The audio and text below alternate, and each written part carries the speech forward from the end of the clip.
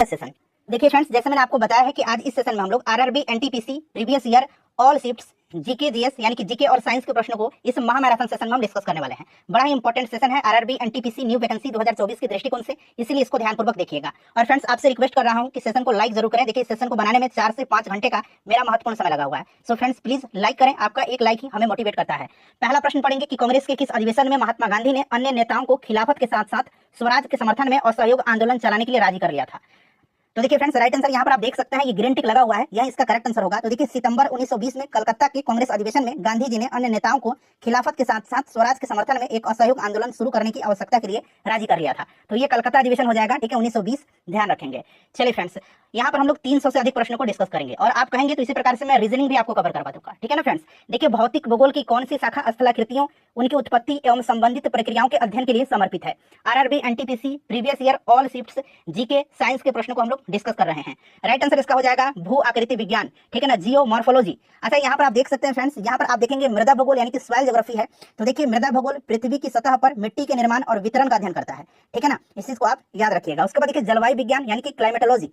जलवायु विज्ञान भौतिक भूगोल की एक शाखा है जिसके अंतर्गत संपूर्ण पृथ्वी अथवा किसी स्थान विशेष की जलवायु का अध्ययन किया जाता है। जल विज्ञान यानी कि हाइड्रोलॉजी, ठीक है ना, जल विज्ञान का अर्थ पृथ्वी की सतह पर तथा उसके नीचे तथा वायुमंडल में जल के गुणों, वितरण और परिसंचरण से संबंधित विज्ञान है। तो ये सभी पॉइंट्स आप ध्यान रख सकते हैं। चलिए फ्रेंड्स, प्लीज लाइक कर दीजिए सेशन को। देखिए, सेशन को बनाने में 4 से 5 घंटे का मेरा महत्वपूर्ण समय लगा हुआ है, आपके लिए मैंने काफी मेहनत किया हुआ। फ्रेंड्स, प्लीज लाइक जरूर करें और ज्यादा से ज्यादा शेयर करिएगा। देखिए, भारतीय संविधान में शामिल स्वतंत्रता, समानता एवं बंधुत्व का सिद्धांत किस देश के संविधान से लिया गया है?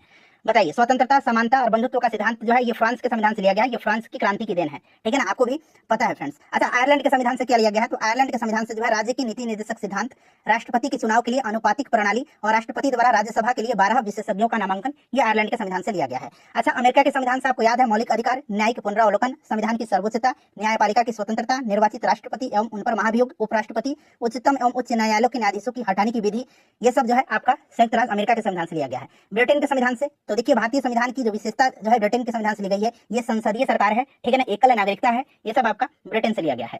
चलिए, उसके बाद देखिएगा कि एयर इंडिया के लोगों में इनमें क्या शामिल है। थोड़ा सा छोटा कर देता हूं ताकि पूरा ऑप्शन आपको दिखाई दे। अब दिख रहा होगा कि एयर इंडिया के लोगों में इनमें से क्या शामिल है। तो देखिए फ्रेंड्स, एयर इंडिया का जो मौजूदा नया लोगो है ना, उसमें यूनिक नारंगी कोणार्क चक्र, एक तो कोणार्क चक्र है, ठीक है ना, उसके साथ एक लाल हंस है, जो लाल सारस है वो है। तो यहाँ पर देखिएगा एक उड़ता हुआ हंस जिसके अंदर कोणार्क चक्र दर्शाया गया, और एक महाराजा का भी चित्र है। एयर इंडिया के नया वाला लोगो पर भी है, पुराने वाले पर भी था। तो ये सब आप ध्यान रखिएगा, देख सकते हैं किस तरह का यूनिक प्रश्न पूछा जा रहा है।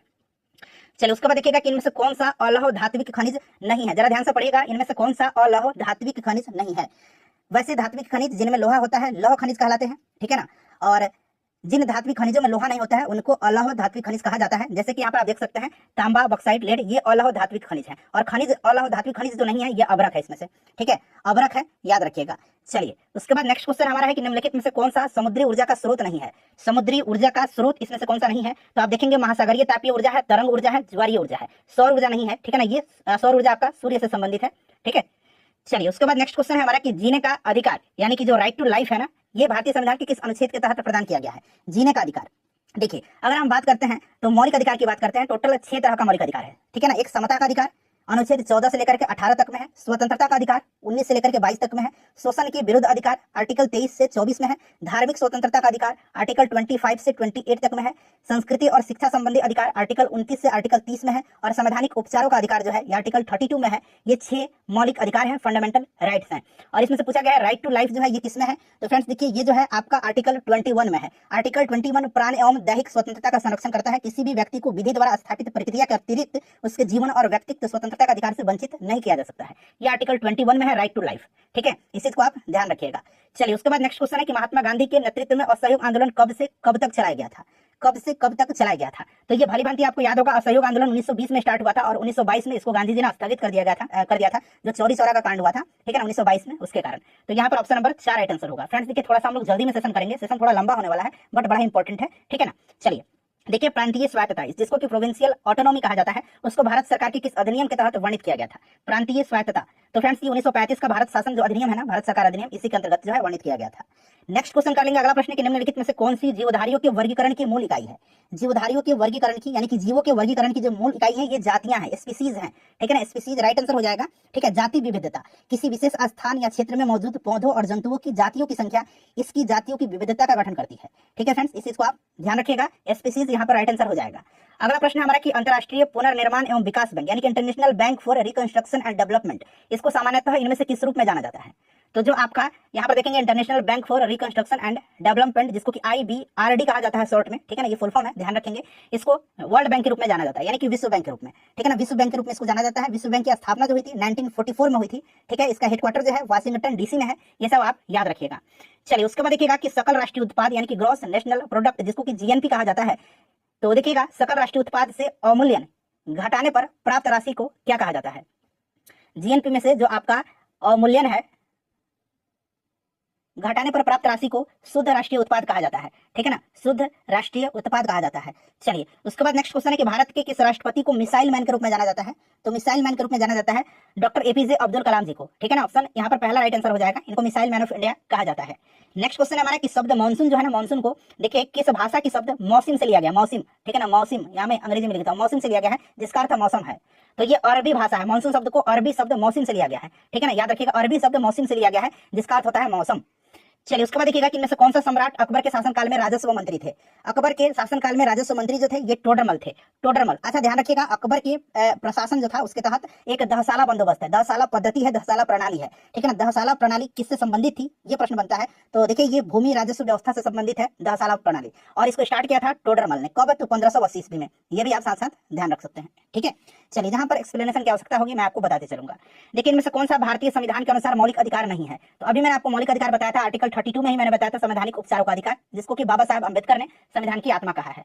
उसके बाद देखिए भाषण एवं अभिव्यक्ति की स्वतंत्रता का अधिकार, ठीक है, आर्टिकल 19 में है। समानता का अधिकार या समता का अधिकार मैंने आपको बताया था, ठीक है, ये आपका नहीं है मौलिक अधिकार में, ध्यान रखिएगा। सामान्य न्याय एवं निःशुल्क विधिक सहायता का अधिकार जो है ये आपका जो है ये राज्य के नीति निर्देशक सिद्धांत के अंतर्गत आता है, और ये आर्टिकल किसमें है? तो ये आर्टिकल 39A के अंतर्गत है, ठीक है।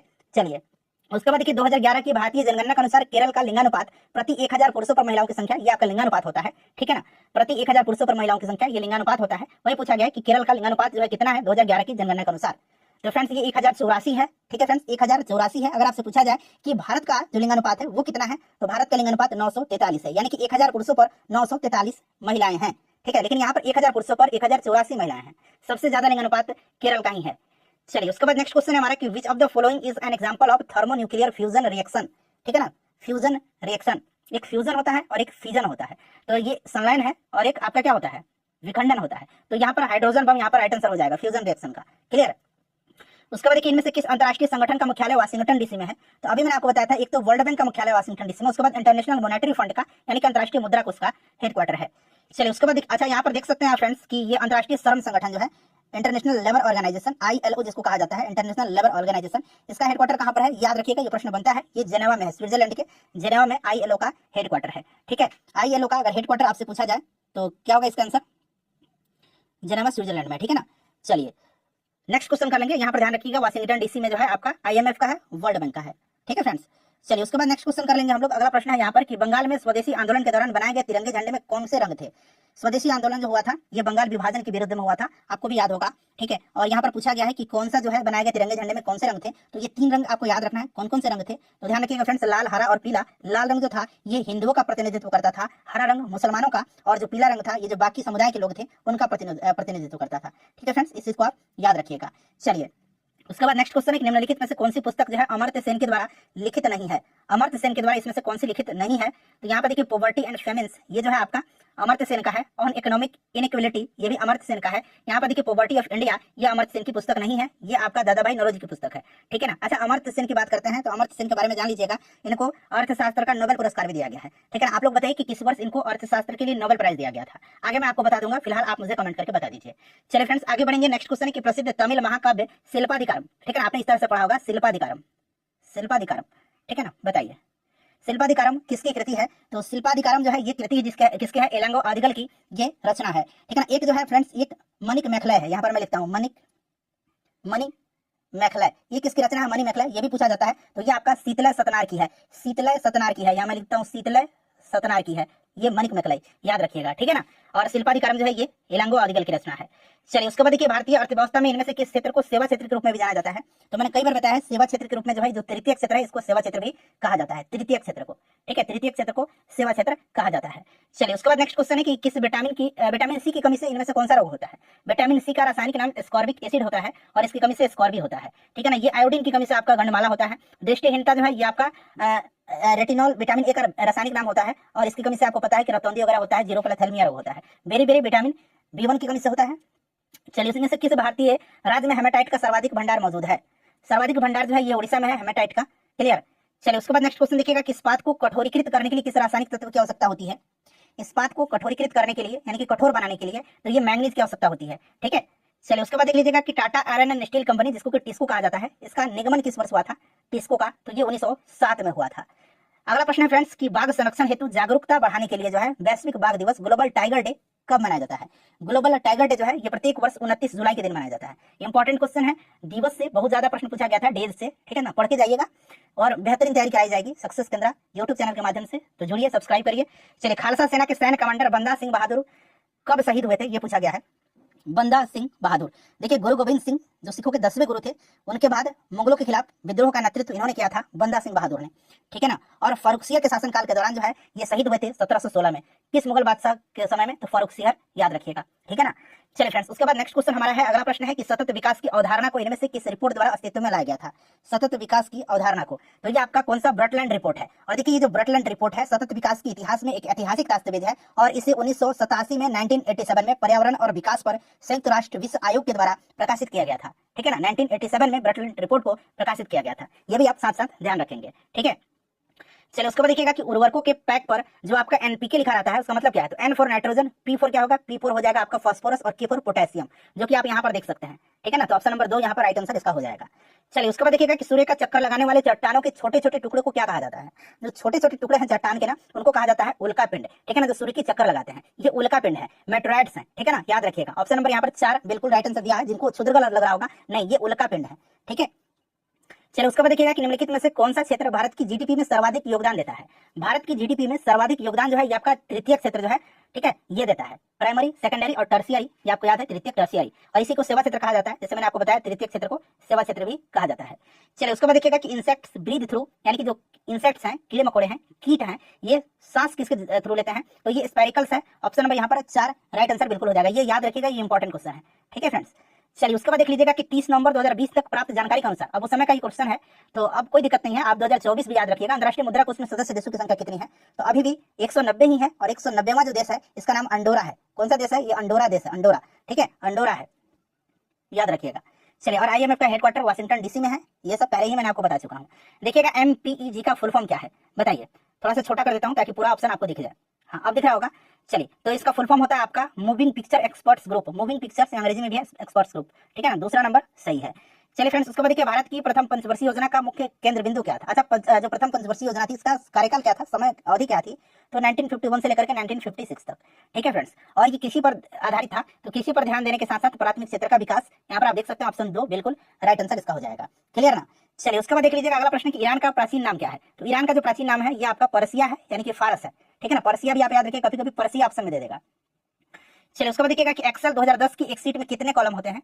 तो 16,384 कॉलम होते हैं, इसको आप ध्यान रखेंगे। चलिए उसके बाद देखिए ईस्ट इंडिया कंपनी ने भारत के किस शहर में अपना पहला व्यापारिक केंद्र स्थापित किया था? तो जो ईस्ट इंडिया कंपनी थी उसने भारत में जो है सूरत में अपना पहला व्यापारिक कोठी स्थापित किया था। कहां पर? सूरत में, ठीक है ना, सूरत में किया था। चलिए मुस्लिम लीग की स्थापना पूछा गया कहाँ हुई थी? तो मुस्लिम लीग की स्थापना जो है ये आपका ढाका में हुआ था। कब हुआ था? तो 1906 में हुआ था मुस्लिम लीग की स्थापना, ठीक है, इसे भी आप याद रख सकते हैं। चलिए फ्रेंड्स उसके बाद नेक्स्ट क्वेश्चन कर लेंगे कि उस प्रथम समर्पित भारतीय खगोलीय मिशन का क्या नाम है जिसका लक्ष्य एक साथ एक्सरे, ऑप्टिकल और यूवी स्पेक्ट्रम बैंड में खगोलीय स्रोतों का अध्ययन करना है। तो ये आपका हो सकता है उस समय का करंट का क्वेश्चन है, लेकिन मैंने पहला यहाँ पर जो शब्द लगा हुआ है ना उसको जानकर के रखा हुआ है। तो ये आपका एस्ट्रोसैट है, एस्ट्रोसैट, ठीक है ना, पहला है, इसलिए कभी भी पूछा जा सकता है।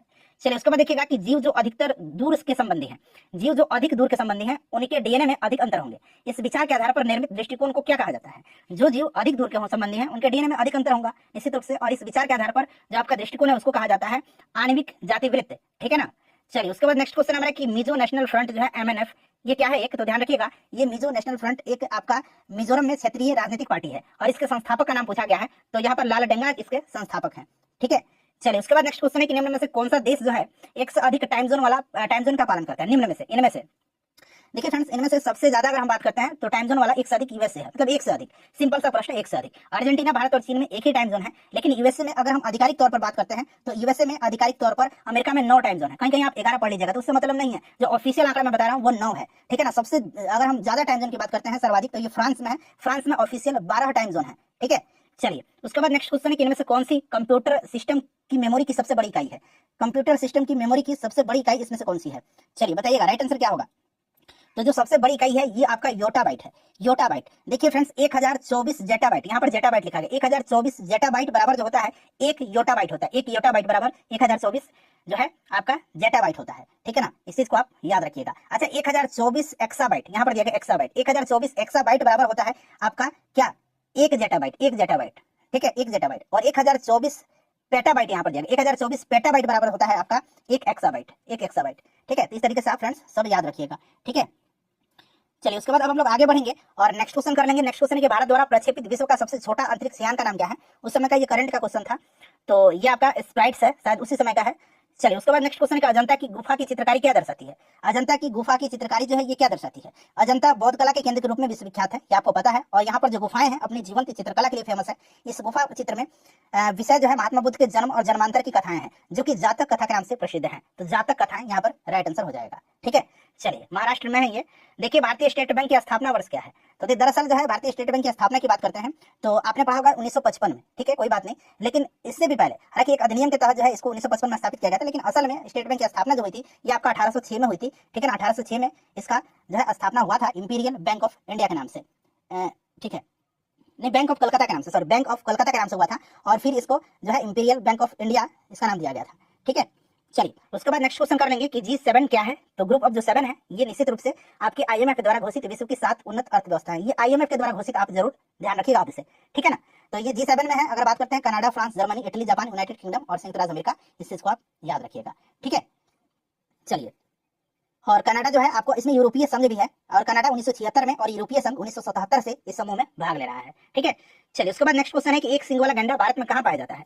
एक सिंग वाला गैंडा जो है ये आपका असम में पाया जाता है। ठीक है ना, चलिए उसके बाद नेक्स्ट क्वेश्चन हमारा काजीरंगा मानस जो राष्ट्रीय उद्यान है आपने पढ़ रखा है, एक सिंग वाला गैंडा के लिए फेमस कौन सा है, बताइए। पहली कपास मिल सफलतापूर्वक स्थापना किस भारतीय शहर में किया गया था, पहली कपास मिल का। तो देखिए फ्रेंड्स, पहली जो कपास मिल थी ना, पहली जो जूट मिल थी, दरअसल 1818 में एक कलकत्ता में हुआ था। ठीक है ना, कलकत्ता में भी आपको याद होगा 1818 में कलकत्ता के फोर्ट ग्लस्टर में, ठीक है ना, फोर्ट ग्लस्टर में स्थापित किया गया था। और लेकिन यहाँ पर सफलतापूर्वक पूछा गया है, तो उसके बाद आपको याद रखना है कि 1854 में बंबई में उसके बाद सफलतापूर्वक इसका स्थापना किया गया था। चलिए, राज्यसभा के सदस्यों का चुनाव कितने वर्ष की अवधि के लिए किया जाता है। तो राज्यसभा के लिए 6 वर्ष की अवधि होती है। राज्यसभा का कार्यकाल पूछेगा तो ये कार्यकाल नहीं होता है इसका, उसके सदस्य का कार्यकाल होता है। राज्यसभा को भंग नहीं किया जा सकता है। ठीक है, अस्थायी सदन है। चलिए, वंशागति का नियम जिसको कि लॉ ऑफ इनहेरिटेंस की खोज किसने किया था। तो ये ग्रेगर जोहान मेंडल है। इनको अनुवांशिकता का फादर कहा जाता है, अनुवांशिकता का जनक कहा जाता है, याद रखिएगा। ठीक है, चलिए उसके बाद देखिएगा कि सर्वाइवल ऑफ द फिटेस्ट, यहाँ पर अंग्रेजी में है, सर्वाइवल ऑफ द फिटेस्ट वाक्यांश किसने गढ़ा था। सर्वाइवल ऑफ द फिटेस्ट, तो ये हर्बर्ट स्पेंसर हैं। ठीक है, हर्बर्ट स्पेंसर। ये सब क्वेश्चन रेलवे के दृष्टिकोण से बड़ा इंपॉर्टेंट है। ठीक है, चाहे आप एनटीपीसी की तैयारी कर रहे हो, चाहे आप ALP और टेक्नीशियन की तैयारी कर रहे हैं, ठीक है ना, सबके लिए इंपॉर्टेंट होता है। चलिए उसके बाद देखिएगा कि भारत का अधिकांश विदेशी व्यापार कैसे होता है। तो विदेश में या तो हवाई मार्ग से होगा या जल मार्ग से होगा, थोड़ा सा दिमाग लगा लेना है। ठीक है, उसके बाद देखिए निम्नलिखित में से किसने खिलाफत आंदोलन का नेतृत्व किया था। खिलाफत आंदोलन का नेतृत्व जो है शौकत अली और मोहम्मद अली ने किया था। ठीक है, 1919 में ब्रिटिश राज के दौरान भारत के मुस्लिम समुदाय के बीच एकीकरण के प्रतीक के रूप में तुर्क खलीफा को पुनर्जीवित करने के लक्ष्य के साथ यहाँ खिलाफत आंदोलन स्टार्ट हुआ था, शौकत अली और मोहम्मद अली के नेतृत्व में। ठीक है, शौकत अली यहाँ पर ऑप्शन में दिया गया है। चलिए उसके बाद देखिएगा कि कांग्रेस पार्टी ने 26 जनवरी 1930 को किसके तौर पर मनाया था, बताएंगे फ्रेंड्स, इसका राइट आंसर क्या होगा। तो ये आपको मनाया था स्वतंत्रता दिवस के रूप में। ठीक है ना, चलिए उसके बाद देखिएगा कि संयोजी इलेक्ट्रॉन मौजूद होते हैं। संयोजी इलेक्ट्रॉन, तो ये जो आउटर मोस्ट सेल होता है ना, परमाणु की सबसे बाह्य कक्षा आउटर मोस्ट सेल उसी में होता है।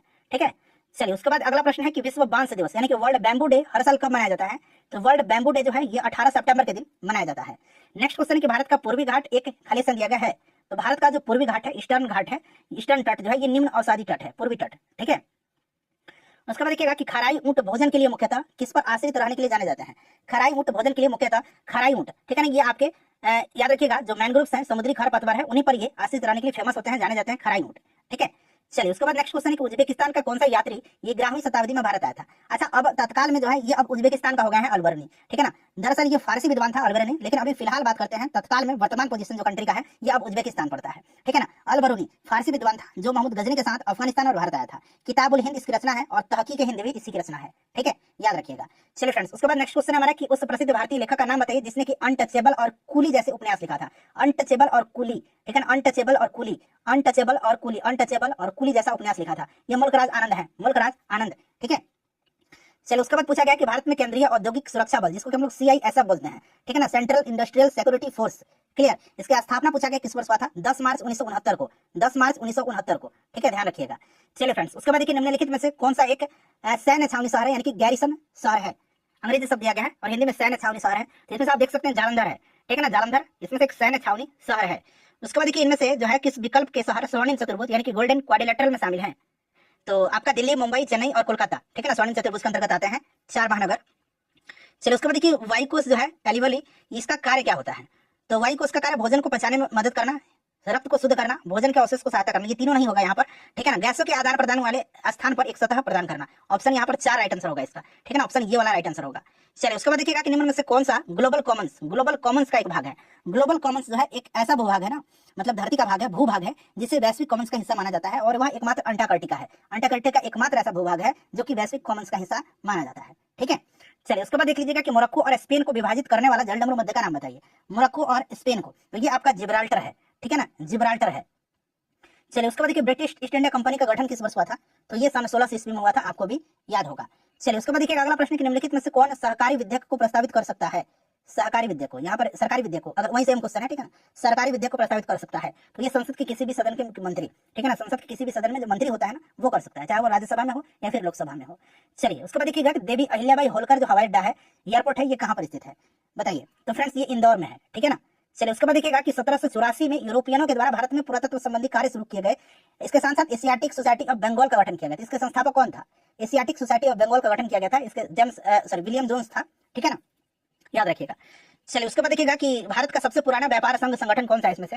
तो ये आपका AITUC है, ठीक है ना, अखिल भारतीय मजदूर संघ कांग्रेस है, भारत का सबसे पुराना मजदूर संघ संगठन है। इसकी स्थापना 1920 में हुआ था, इसे भी आप याद रखेंगे।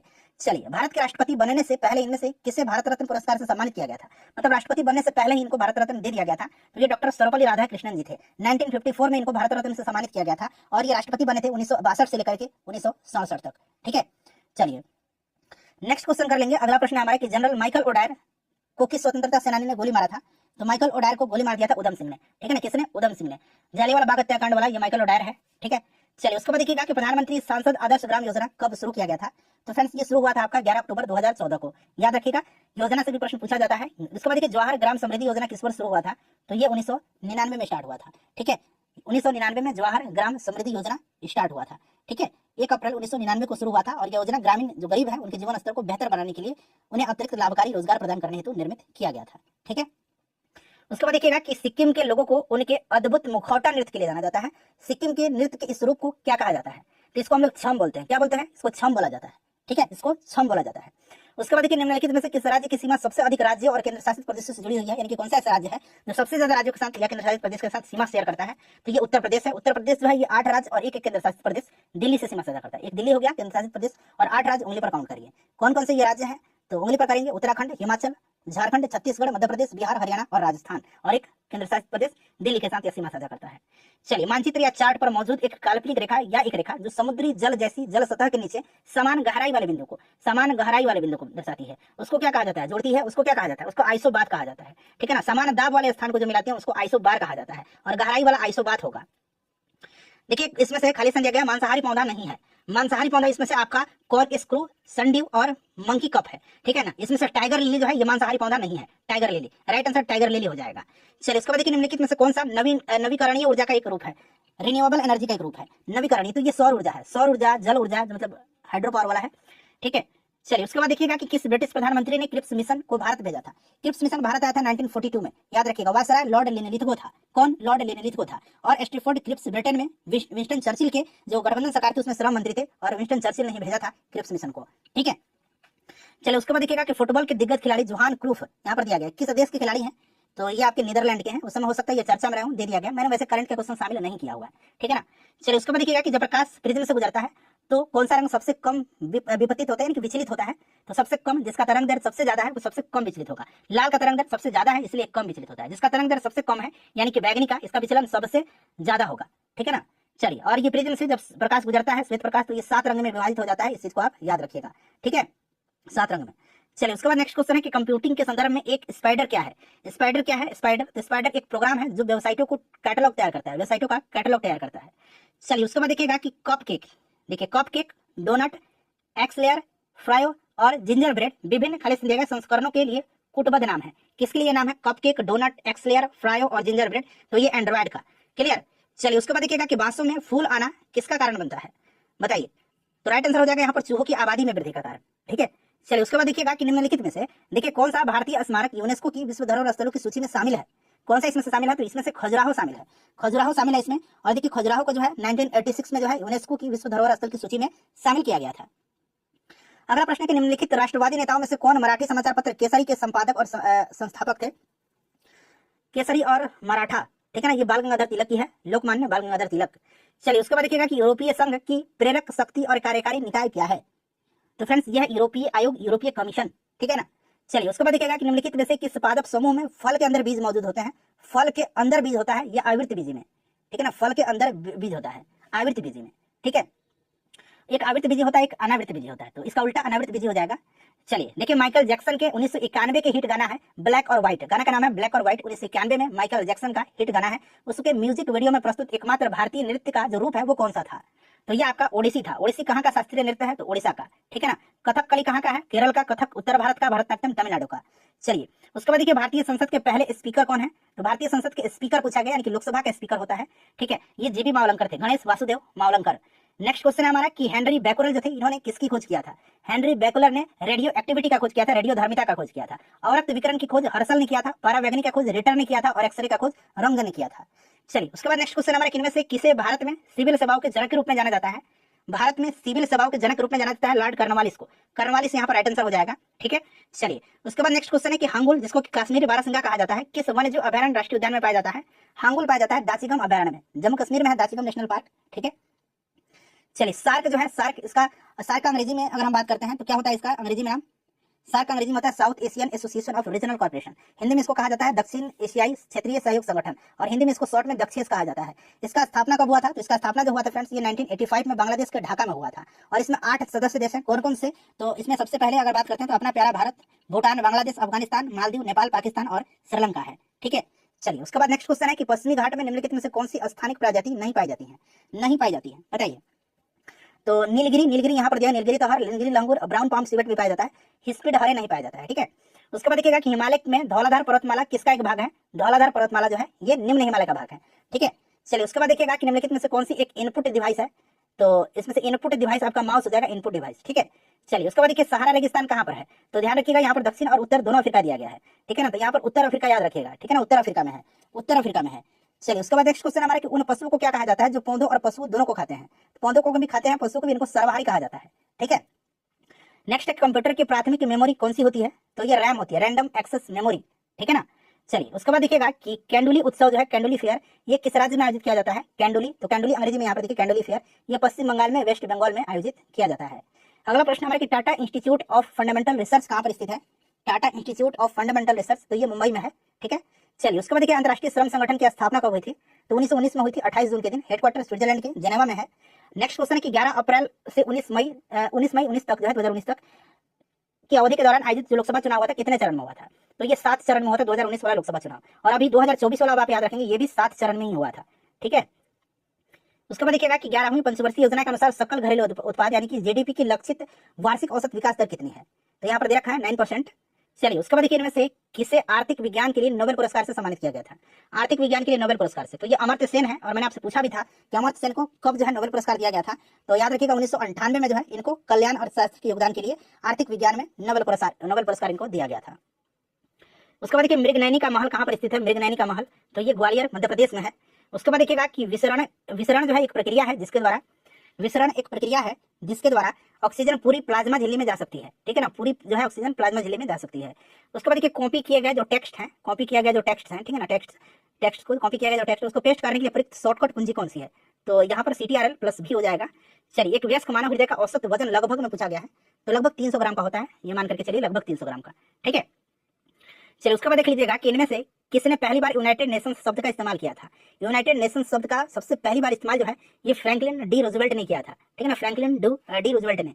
चलिए उसके बाद देखिएगा अगला प्रश्न है कि भारतीय राष्ट्रीय कांग्रेस के अधिवेशन में भारतीय राष्ट्रगान पहली बार किस वर्ष गाया था? अच्छा, राष्ट्रगान अगर आपको पता होगा तब क्लियर होगा। यहाँ अगर ऑप्शन में 1896 दे देता तब क्या करते हैं, थोड़ा सा दिमाग लगाइए। राष्ट्रगान याद होना चाहिए कि राष्ट्रगान है कौन सा। जन गण मन राष्ट्रगान है और इसको 1911 का कलकत्ता अधिवेशन में गाया गया था। और जो आपका राष्ट्रगीत है, राष्ट्रीय गीत वंदे मातरम, ये वंदे मातरम ये 1896 के कलकत्ता अधिवेशन में भी इसको गाया गया था, ठीक है।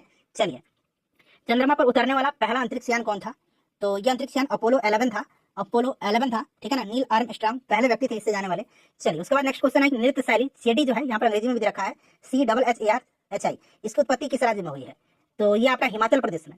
उसके बाद देखिएगा कि पुरातात्विक स्थल जो सुरकोटडा है, सुरकोटडा हम लोग ऐसे पढ़ते हैं सुरकोटडा, ठीक है ना, सुरकोटडा ये कहाँ पर है? कोटडा, ऐसे सुरकोटा। देखिए सुरकोटा जो है ना ये आपका गुजरात में, कहाँ पर है? सुरकोटा गुजरात में। और सुरकोटा गुजरात के कच्छ जिला में स्थित है। यह एकमात्र सिंधु घाटी का स्थल है जहाँ वास्तव में घोड़े के अवशेष पाए गए हैं, ठीक है। चलिए नेक्स्ट क्वेश्चन कि भारत में जो सिजदा प्रथा था ये किसने शुरू किया था? सिजदा और पैबोस प्रथा दोनों याद रखिएगा। सिजदा और पैबोस प्रथा जो है बलवन ने स्टार्ट किया था, गयासुद्दीन बलवन इसका नाम है, बलवन, ये गुलाम वंश का शासक था, ठीक है ना। चलिए स्वतंत्र भारत के पहले गवर्नर जनरल कौन थे? स्वतंत्र भारत के पहले गवर्नर जनरल लॉर्ड माउंटबेटन थे। स्वतंत्र भारत के पहले भारतीय गवर्नर जनरल अगर पूछता तब श्री राजगोपालाचारी होता। चलिए उसके बाद देख लीजिएगा कि भारत के संविधान सभा की पहली बैठक कब आयोजित की गई थी? तो पहली बैठक 9 दिसंबर 1946 को, और आखिरी बैठक अगर पूछेगा तो याद रखिएगा ये आपका 24 जनवरी 1950 को, ठीक है। चलिए उसके बाद देख लीजिएगा कि प्रोटोप्लाज्म शब्द किसने गढ़ा था? प्रोटोप्लाज्म शब्द जिसको कि जीव द्रव्य कहा जाता है हिंदी में। तो देखिए जीव द्रव्य की खोज डुजार्डिन ने किया था। किसने किया था? डुजार्डिन ने किया था, डुजार्डिन ने। लेकिन ये जो गढ़ा था किसने? तो ये आपका गढ़ा था पुरकिंजे ने। पुरकिंजे याद रखिएगा, सिर्फ पुरकिंजे, ठीक है ना, जोहान एवलिंजिस्ट पुरकिंजे, ठीक है ना। चलिए रॉबर्ट हुक ने कोशिका का खोज किया था। देखिए इंदिरा गांधी अंतर्राष्ट्रीय हवाई अड्डा कहाँ पर है? तो ये आपका दिल्ली में है, नई दिल्ली में। नेक्स्ट क्वेश्चन हमारा कि चौरी चौरा कांड किस वर्ष हुआ था? तो ये 1922 में हुआ था, ठीक है ना, चौरी चौरा। चलिए 5 फरवरी 1922 को शायद। नेक्स्ट क्वेश्चन है कि नंदा देवी राष्ट्रीय उद्यान जो है किस राज्य में है? नंदा देवी और फूलों की घाटी, याद रखिएगा फूलों की घाटी कहाँ पर है? फूलों की घाटी ये उत्तराखंड में है। अच्छा शांत घाटी कहाँ पर है? साइलेंट वैली, ये केरल में है। शांत घाटी केरल में है। चलिए उसके बाद देखिए सिख धर्म के पहले गुरु कौन थे? तो ये गुरु नानक देव जी हैं, और सिखों के 10वें और अंतिम गुरु गुरु गोविंद सिंह जी हैं, ठीक है ना, याद रखिएगा। चलिए उसके बाद नेक्स्ट क्वेश्चन है कि निम्न में से कौन सा पशु ऊतक का प्रकार नहीं है? तो देखिए इसमें से जो एपिथेलियल टिश्यू है, मस्कुलर टिश्यू है और कनेक्टिव टिश्यू है। संयोजी ऊतक जो कि रक्त जो होता है, संयोजी ऊतक होता है रक्त, अस्थि, उपास्थि, ठीक है ना, ये संयोजी ऊतक के उदाहरण होते हैं। ये ऑलरेडी पूछता है प्रश्न, याद रखिएगा। और ये जो है मेरिस्मेटिक टिश्यू, ये मेरिस्मेटिक टिश्यू जो होता है ना ये आपका पादप ऊतक है, ये जंतु ऊतक नहीं है, ये पादप ऊतक है मेरिस्मेटिक टिश्यू। ये पौधों में एक प्रकार का ऊतक है जो नए पौधे की वृद्धि को जन्म देता है। चलिए उसके बाद देख लीजिएगा कि आरबीआई का मुख्यालय कहाँ पर है? आरबीआई का मुख्यालय मुंबई में है, ठीक है, मुंबई में है आरबीआई का। चलिए उसके बाद नेक्स्ट क्वेश्चन है कि सार्क के सदस्य देशों की संख्या, तो अभी मैंने आपको बताया भी था, काउंट भी करा दिया था, 8 इसके सदस्य देश हैं। चलिए उसके बाद देखिए इनमें से किसे आधुनिक वनस्पति विज्ञान का जनक माना जाता है? आधुनिक वनस्पति विज्ञान का जनक तो ये आपका कार्ल लिनियस को, ठीक है ना, वर्गीकी का जनक भी इनको कहा जाता है, ठीक है ना। चलिए फादर ऑफ टैक्सोनॉमी। निम्नलिखित में से कौन सी झूठ का पता लगाने वाली मशीन लाई डिटेक्टर मशीन है? तो इसमें से आपका पॉलीग्राफ है, ठीक है, पॉलीग्राफ। नेक्स्ट क्वेश्चन है कि उज्जैन में अगला कुंभ मेला किस वर्ष आयोजित किया जाएगा? तो अगला जो उज्जैन में लगेगा ये 2028 में। चलिए उसके बाद नेक्स्ट क्वेश्चन है कि चुंबकीय फ्लक्स की एसआई इकाई क्या है? तो ये वेबर है, पास्कल दाब की है। हेनरी जो है, हेनरी किसकी इकाई है? तो हेनरी जो है ये आपका प्रेरकत्व की इकाई है, यूनिट है। फैराडे जो है ये आपका धारिता का यूनिट है, ठीक है ना। तो ये सब आप याद रखिए, पास्कल दाब का है। चलिए उसके बाद नेक्स्ट क्वेश्चन है कि भगवत गीता का सर्वप्रथम अंग्रेजी अनुवाद किसके द्वारा किया गया था? तो भगवत गीता का अंग्रेजी अनुवाद जो है चार्ल्स विल्किंस ने किया था, ठीक है ना, चार्ल्स विल्किंस ने किया था, याद रखिएगा। चलिए उसके बाद देखिएगा कि लखनऊ में 1857 की क्रांति का नेतृत्व किसने किया था? लखनऊ से बेगम हजरत माल ने किया था। कुंवर सिंह ने बिहार से किया था। तात्या टोपे और नाना साहब ने कानपुर से किया था। नेक्स्ट क्वेश्चन हमारे कि भारत के मुख्य निर्वाचन आयुक्त जो है उनका कार्यकाल कितना होता है? तो देखिए जो मुख्य निर्वाचन आयुक्त होते हैं, मुख्य चुनाव आयुक्त, इनका कार्यकाल होता है 6 वर्ष की अवधि या फिर 65 वर्ष की अवधि, जो भी पहले पूरा हो जाए वो अवकाश ग्रहण ले लेते हैं, ठीक है ना। तो इस चीज को आप ध्यान रखिएगा। और वर्तमान में भारत के 25वें मुख्य निर्वाचन आयुक्त हैं राजीव कुमार, ये आप ध्यान रखिएगा। चलिए उसके बाद अगला प्रश्न हमारा कि स्वेज नहर, ठीक है ना, स्वेज नहर जो वाणिज्य के लिए अत्यंत महत्वपूर्ण है, निम्नलिखित में से किस देश में बनाई गई थी? स्वेज नहर बनाया गया इजिप्ट में, मिस्र में, ठीक है ना, मिस्र में बनाया गया। इसका राष्ट्रीयकरण 1956 में हुआ था और व्यापार के लिए 1869 में जो है स्वेज नहर को खोला गया था। प्रश्न बनता है कि व्यापार के लिए स्वेज नहर को कब खोला गया था? 1869 में। राष्ट्रीयकरण इसका हुआ था 1956 में, ठीक है। चलिए उसके बाद देखिएगा क्रायोजेनिक इंजन में ईंधन के रूप में किसका उपयोग किया जाता है? देखिए जो क्रायोजेनिक इंजन जो होता है ये रॉकेट लॉन्चिंग में इसका उपयोग किया जाता है, और इसमें तरल ऑक्सीजन और तरल हाइड्रोजन का इस्तेमाल ईंधन के रूप में, फ्यूल के रूप में किया जाता है। भारत का राष्ट्रीय पुस्तकालय कहाँ पर स्थित है? तो राष्ट्रीय पुस्तकालय नेशनल लाइब्रेरी जो है ये कोलकाता में है, ठीक है। चलिए उसके बाद देख लीजिएगा कि निम्नलिखित में से कौन सा कंप्यूटर वायरस दस्तावेज की फॉर्मेटिंग को नुकसान पहुंचाता है और इसे एडिट करने की अनुमति नहीं देता है। तो फ्रेंड्स ये माइक्रो वायरस है। कौन सा है? माइक्रो वायरस है।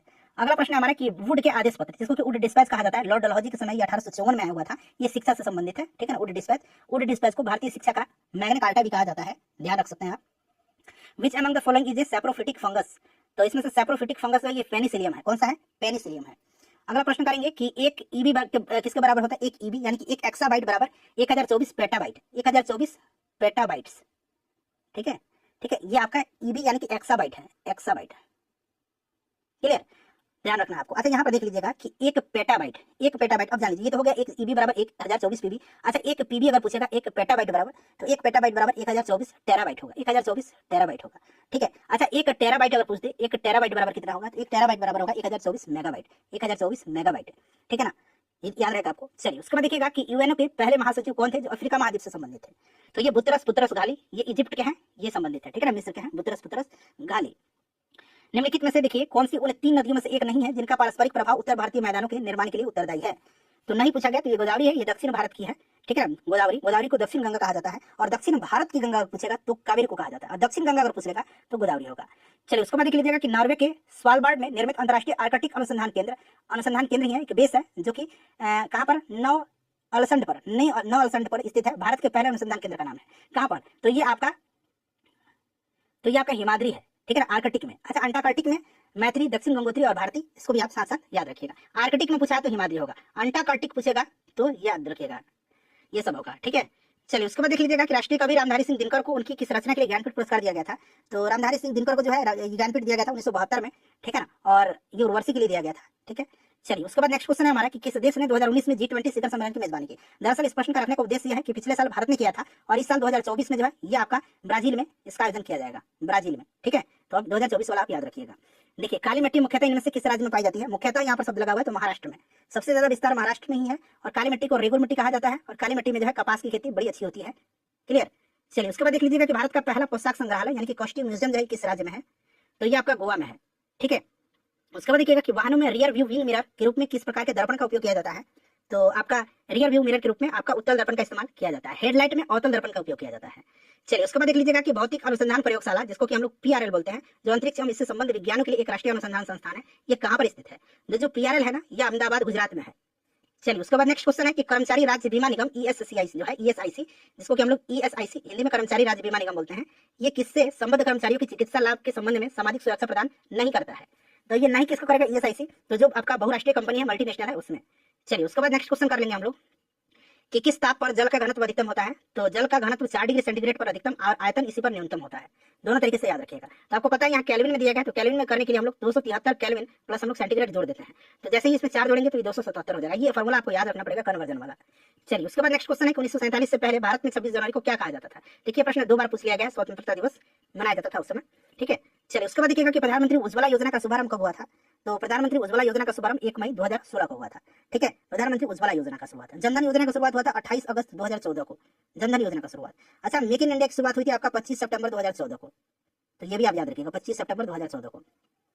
देखिए सूर्य के वास्तव में क्षितिज के ऊपर से गुजरने और हमारे द्वारा पृथ्वी पर इसकी छवि देखने में सक्षम होने के बीच कितना समय होता है? तो सूर्यास्त और सूर्योदय के सूर्योदय के 2 मिनट पहले और सूर्यास्त के 2 मिनट बाद तक सूर्य हमें दिखाई देता है क्षितिज पर। चलिए 2 मिनट हो जाएगा। चलिए उसके बाद देखिए खाली स्थान दिया गया, किसी भी विधेयक को धन विधेयक घोषित करने का निर्णय कौन लेता है? तो ये कई दफा मैंने आपको बताया कि यह निर्णय लोकसभा के अध्यक्ष का होता है, लोकसभा के स्पीकर का होता है। धन विधेयक आर्टिकल 110 में है। निम्नलिखित में से किसका निर्माण सम्राट अशोक ने नहीं करवाया था?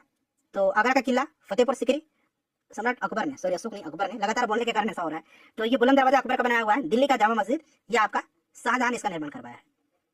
ग्रेनाइट चट्टानें किस प्रकार की चट्टानें होती हैं? तो ग्रेनाइट चट्टान अंतर्भेदी आग्नेय चट्टान होती है, इस चीज को याद रखिएगा, अंतर्भेदी आग्नेय चट्टान। अंतर्भेदी और बहिर्भेदी दे देगा, तो क्या लगेगा? अंतर्भेदी ध्यान रखा, आग्नेय चट्टान तो याद रखना ही रखना, अंतर्भेदी आग्नेय चट्टान। चलिए अर्थ आवर का प्रोग्राम कब शुरू हुआ था? तो अर्थ आवर शुरू हुआ था आपका ऑस्ट्रेलिया में शुरू हुआ था ये, और पहला अर्थ आवर डे मनाया गया था आपका 2007 में। 2007 यहाँ पर राइट आंसर होगा। चलिए सुंदरवन का डेल्टा निम्नलिखित में से किन नदियों के द्वारा निर्मित है? सुंदरवन का डेल्टा, तो फ्रेंड्स ये गंगा और ब्रह्मपुत्र नदी का, गंगा और ब्रह्मपुत्र यहाँ पर राइट आंसर हो जाएगा। चलिए उसके बाद देखिएगा खाली स्थान दिया गया है, खाली स्थान। उसके बाद देखिए बाद से भारत में आर्थिक सर्वेक्षण को केंद्रीय बजट से अलग कर दिया गया था। तो आर्थिक सर्वेक्षण को केंद्रीय बजट से अलग कर दिया गया था आपका 1964 में ही, ठीक है ना, 1964 में ये अलग कर दिया गया था। नेक्स्ट क्वेश्चन हमारे कि भारतीय संविधान में फर्स्ट पास्ट द पोस्ट यानी कि सर्वाधिक मत प्राप्त व्यक्ति की विजय, यानी कि जो ज्यादा वोट पाया वो जीतता है, आप भी जानते हैं। मतलब ये प्रावधान किस देश के संविधान से अंगीकृत किया गया है? तो देखिए फर्स्ट पास्ट द पोस्ट यानी कि सर्वाधिक मत प्राप्त व्यक्ति की विजय का प्रावधान जो ये ब्रिटेन से लिया गया है। और ब्रिटेन से क्या क्या लिया गया है मैं आपको स्टार्टिंग वाले में मैं आपको बता दूंगा। चलिए मथुरी एक लोक नृत्य है, अंग्रेजी में भी यहाँ पर लिखा गया है। मथुरी लोक नृत्य इनमें से किस राज्य में प्रचलित है? तो ये तेलंगाना में है। चलिए फ्रेंड्स उसके बाद अगला प्रश्न है हमारा कि हरे मटर जो है, हरी मटर, इसका वैज्ञानिक नाम क्या है? हरी मटर का वैज्ञानिक नाम जो है ये क्या है? तो इसका वैज्ञानिक नाम है आपका पाइसम सटाइवम, याद रखिएगा ये, ठीक है ना, पाइसम सटाइवम। उसके बाद देखिए अगला प्रश्न है कि अहमद शाह अब्दाली भारत में किस एशियाई देश से आया था? तो पानीपत का तीसरा युद्ध आपको याद होगा, अहमद शाह अब्दाली और मराठों के बीच हुआ था, जिसमें मराठे हार गए थे, यानी इसमें अफगान जीत गए थे। तो सिंपल सा बात है कि ये अफगानिस्तान का था अहमद शाह अब्दाली। चलिए उसके बाद देख लीजिएगा कि निम्नलिखित में से कौन सा भारतीय राज्य 2019-20 में सोयाबीन का सबसे बड़ा उत्पादक है? अब उस समय का करंट क्या है, लेकिन अभी भी आपको याद रखना 2024 में भी सोयाबीन का सबसे बड़ा उत्पादक मध्य प्रदेश ही है। इसीलिए इस तरह का क्वेश्चन मैं करवा दे रहा हूं ताकि 2024 के संदर्भ में भी तर्कसंगत हो, ठीक है ना। चलिए उसके बाद देखिएगा कि तुलनात्मक सुलाभ के सिद्धांत यानी कि लॉ ऑफ कंपैरेटिव एडवांटेज के प्रतिपादन का श्रेय इनमें से किस लोकप्रिय हस्ती को दिया जाता है? लॉ ऑफ कंपैरेटिव एडवांटेज तो यह दिया था डेविड रिकार्डो को। किसको? डेविड रिकार्डो को। चलिए उसके बाद देखिएगा कि भारत किस वर्ष संयुक्त राष्ट्र संघ में शामिल हुआ था? तो ये 1945 में शामिल हुआ था, ठीक है ना, 1945 में। चलिए उसके बाद देखिएगा कि ऑपरेशन विजय जो है, यहाँ पर आप एनटीपीसी देख भी सकते हैं। ऑपरेशन विजय निम्नलिखित में से किस युद्ध से संबंधित है? तो ये कारगिल युद्ध से, 1999 कारगिल युद्ध, याद रखिएगा, ठीक है ना। यहाँ पर ये भी सब याद रख सकते हैं, ये आप ज्यादा याद रखिएगा, इंपॉर्टेंट है। चलिए उसके बाद नेक्स्ट क्वेश्चन है कि अखिल भारतीय खिलाफत समिति ने कब यह घोषणा करते हुए प्रस्ताव पारित किया कि किसी भी मुसलमान को ब्रिटिश भारतीय सेना में सेवा प्रदान नहीं करना चाहिए? तो ये आपका हो जाएगा जुलाई 1921 में, ठीक है ना, नया प्रश्न हो सकता है आपके लिए, याद रखिएगा। चलिए उसके बाद देखिएगा कि 1586 माफ करेंगे 1586 में द लिटिल बैलेंस, ठीक है, द लिटिल बैलेंस या ला बैलेसिटा या अंग्रेजी में भी दिया गया है, पुस्तक किसने लिखी है? तो ये गैलीलियो की पुस्तक है, गैलीलियो गैलीली की पुस्तक है, द लिटिल बैलेंस, ठीक है। चलिए उसके बाद देखिएगा कि समाचार पत्र बंगाल गजट भारत का ये पहला समाचार पत्र है, इसका संस्थापक कौन है? तो बंगाल गजट का जेम्स अगस्टस हिकी है, 1780 में, ठीक है ना। बंगाल गजट भारत का पहला समाचार पत्र है, इसका संस्थापक जेम्स अगस्टस हिकी है। चलिए देखिए कोशिका का वह बाह्यतम आवरण कौन सा है जो कोशिका के अवयवों को उसके बाह्य वातावरण से अलग करता है? तो जो बाहरी आवरण है ये आपका प्लाज्मा मेम्ब्रेन है, इसको प्लाज्मा झिल्ली हिंदी में कहा जाता है, याद रखिएगा। चलिए उसके बाद देखिए निम्नलिखित में से देखिए पश्चिमी तट में स्थित क्षेत्र का नाम बताइए। तो पश्चिमी तट में इसमें से मालाबार क्षेत्र है, ठीक है ना, ये पश्चिमी तट पर है, ध्यान रखिएगा। चलिए उसके बाद देखिएगा कि भारत और पाकिस्तान के बीच सीमा रेखा क्या कहलाती है? तो भारत और पाकिस्तान के बीच में रेड क्लिफ है। मेन रहीम रेखा जो है ये किसके बीच में है? मेन रहीम रेखा, तो ये फिनलैंड और रूस के बीच में है। हिंडनबर्ग जो है आपका जर्मनी और पोलैंड के बीच में है। डुरंड जो है ये पाकिस्तान और अफगानिस्तान के बीच में है। चलिए उसके बाद अगला प्रश्न है हमारा कि निम्नलिखित में से कौन सा केरल का एक पारंपरिक रंगमंच है जहां 8 दिनों में 8 नाटक प्रदर्शित किए जाते हैं? 8 दिनों में 8 नाटक, 8 दिनों में 8 नाटक जो है 8 नाटक प्रदर्शित किए जाते हैं। तो फ्रेंड्स ये कृष्णाटम है, ठीक है ना, कृष्णाटम है, याद रखिएगा। अच्छा मार्च कहाँ का है? तो मार्च मध्य प्रदेश का है, ठीक है ना, मार्च मध्य प्रदेश का है, याद रखिएगा। और यहाँ पर देखिएगा थिरुकुथु जो है ये कहाँ का है? थिरुकुथु ये तमिलनाडु का है, ये तमिलनाडु का है। यक्षगान कर्नाटक का है, ठीक है। चलिए उसके बाद नेक्स्ट क्वेश्चन है निम्नलिखित में से किस अनुच्छेद में समानता की अवधारणा को परिभाषित किया गया है? तो ये आपका आर्टिकल 14 है, क्लियर। चलिए उसके बाद नेक्स्ट क्वेश्चन है हमारा कि पूर्वोत्तर भारत की निम्नलिखित में से कौन सी झील मीठे पानी की सबसे बड़ी झील है? पूर्वोत्तर भारत की तो ये लोकटक झील है जो कि कहाँ पर है? मणिपुर में है। कहाँ पर है? मणिपुर में। अच्छा पुलिकट झील कहाँ पर है? तो ये आंध्र और तमिलनाडु के बॉर्डर पर है। डल झील कश्मीर में है। कोलेरू झील आंध्र प्रदेश में है। चलिए उसके बाद नेक्स्ट क्वेश्चन हमारा कि भारतीय भूवैज्ञानिक सर्वेक्षण के अनुसार निम्नलिखित में से कौन से राज्य में भारत के सर्वाधिक ग्रेफाइट भंडार है? तो फ्रेंड्स ये आपका अरुणाचल प्रदेश में। चलिए उसके बाद नेक्स्ट क्वेश्चन है कि उस वैज्ञानिक का नाम बताइए जिसने इस सिद्धांत का प्रतिपादन किया था कि इलेक्ट्रॉन एक धनावेशित गोले यानी कि पॉजिटिव स्फीयर में धंसा हुआ होता है, बताइए। तो ये जे थॉमसन थे, ठीक है ना, जे थॉमसन। चलिए उसके बाद देखिएगा नेस्कॉम का पूर्ण रूप क्या होता है? अच्छा नेस्कॉम की बात करते हैं तो इसकी स्थापना 1988 में हुई थी नेस्कॉम का। इसका पूर्ण रूप जो होता है ये होता है आपका national association of software and services company, ठीक है ना, national association of software and services company, NASSCOM.